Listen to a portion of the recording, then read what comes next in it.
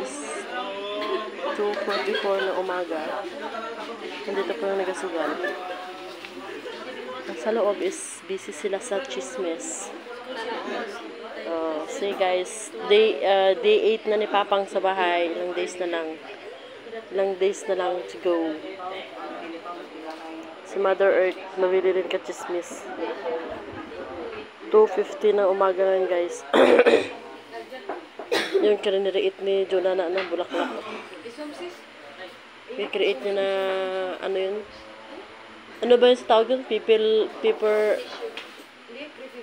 gray paper. Yung green, yung blue, yung pink, at saka yung baby blue, at saka yung puti sa taas. Diba?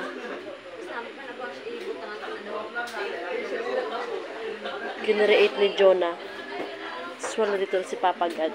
Nung araw kasi 5 days walang statue ni God. Yan. May ilaw yan. Sa labas is busy. May pang tao doon.